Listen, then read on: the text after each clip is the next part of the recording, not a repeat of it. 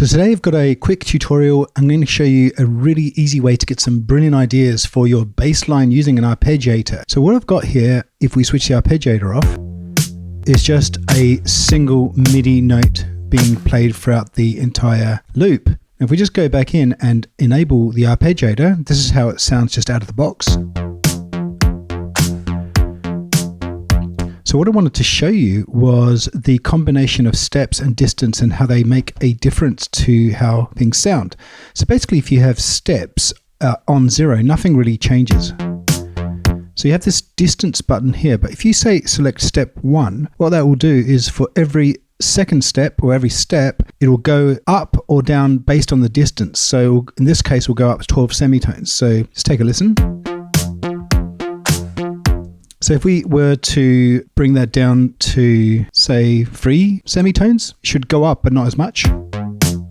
Let's just keep bringing it down.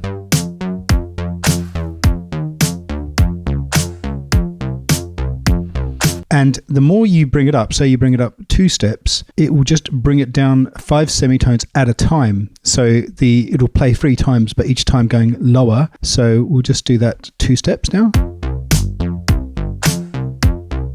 And if we were, say, to bring it up by 5, it'll go up by 5 every step.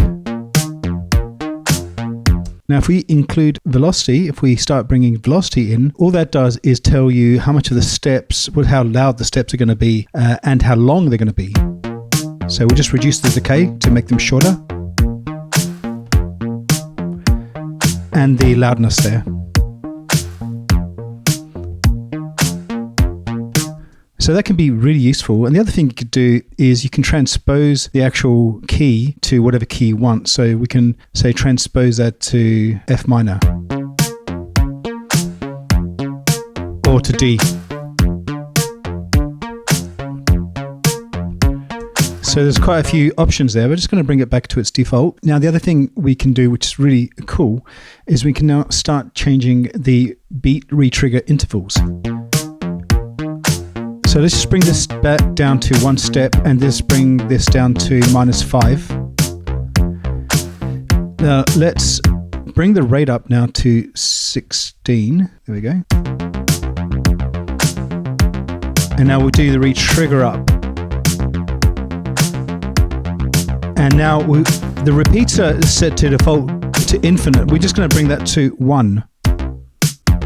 So it's playing every 1.5 beats. It's just re-triggering that, but only 1.5 times per beat. So if we bring that down a bit,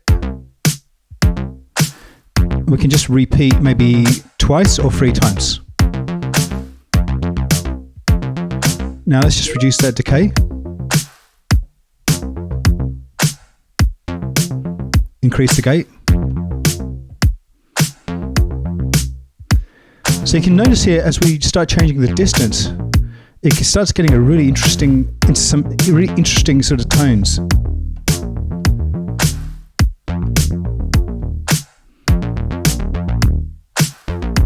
So once you start experimenting, you can get some really cool sounding bass lines. I hope that helps and gives you guys some ideas about how you can use this thing. See ya.